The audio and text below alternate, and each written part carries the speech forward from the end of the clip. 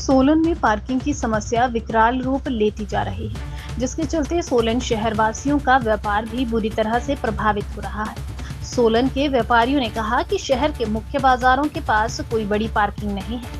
अगर वह अपनी कार सड़क पर खड़ी करते हैं तो उनका भारी भरकम चालान हो जाता है। यही वजह है कि वह चालान के डर से बाजार ही आना पसंद नहीं करते हैं। यही वजह है कि ग्राहक चंडीगढ़ या जीरकपुर जाकर ही खरीदारी करना पसंद करते हैं।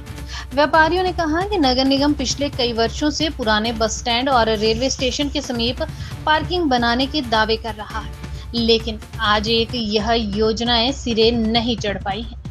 व्यापारी मुकेश गुप्ता और रचित साहनी ने रोष प्रकट करते हुए कहा कि वह पिछले काफी समय से पार्किंग की मांग कर रहे हैं, लेकिन संबंधित अधिकारी टांग पर टांग रखकर आराम की नींद सो रहे हैं।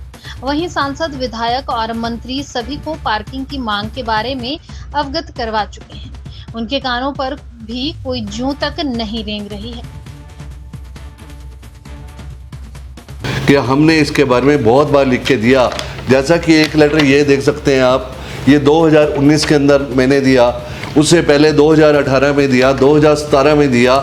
ऐसा कोई भी जो हमारे जो कुर्सियों पे बैठे लोग हैं हमारे, उनको मैंने ये रिटर्न में ये चीज़ दी है कि हमारे सोलन के अंदर जो पार्किंग है उसकी व्यवस्था नहीं है, और हम व्यापारियों का काम भी उसको पार्किंग ना होने की वजह से ये सफ़र कर रहा है। तो कृपया व्यापारी वर्ग की तरफ भी आप थोड़ा ध्यान दें, सोलन की आम जनता की तरफ भी थोड़ा सा ध्यान दें।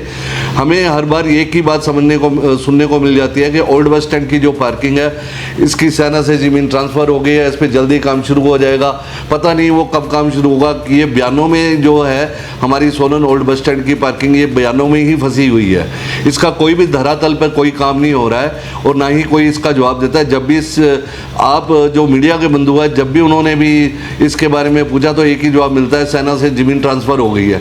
अरे उस ट्रांसफ़र का हमने क्या करना है जिस ट्रांसफ़र से हम लोगों को कोई बेनिफिट ही नहीं मिल रहा है, कोई हमारे को गाड़ी खड़ी करने की जगह नहीं मिल रही है। आम जनता आती है, कहाँ गाड़ी खड़ी करे, चलान उनके 2-2 हज़ार रुपये के हो जाते हैं। जनता परेशान है, पुलिस महकमा मजबूर है चलान करने के लिए। देखिए, सोलन में जो पार्किंग की दिक्कत चली आ रही है वो 10-15 सालों से चली आ रही है। सरकार कोई आ रही है, स्थानीय विधायक कर रहे हैं, कुछ भी हो रहा है, प्रशासन कर रहा है, और उससे कहीं ना कहीं पे जो आम जनता है, आम जनता के लिए पार्किंग की सुविधा सॉल्व नहीं हो पा रही है और उससे आम जनता को सफ़र करना पड़ रहा है। कहीं ना कहीं पे आम जनता आ रही है, एक नॉर्मल इंसान आ रहा है, बैंक जा रहा है, बैंक से वापस आ रहा है तो उसका 1000, 1500, 2000 रुपये का चलान है। अब उसमें जो प्रशासन है, प्रशासन अपनी जगह ठीक है, अगर हम पुलिस को ब्लेम करें, पुलिस को हम ब्लेम नहीं कर सकते, पर उसके लिए सरकार को सोचना पड़ेगा।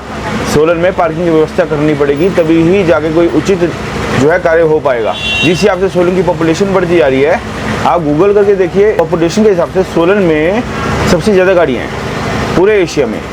तो उसका क्या सिनेरियो है? उसका सिनेरियो है कि पर सोलन में पार्किंग की सुविधा नहीं है, उसकी वजह से जनता परेशान हो रही है।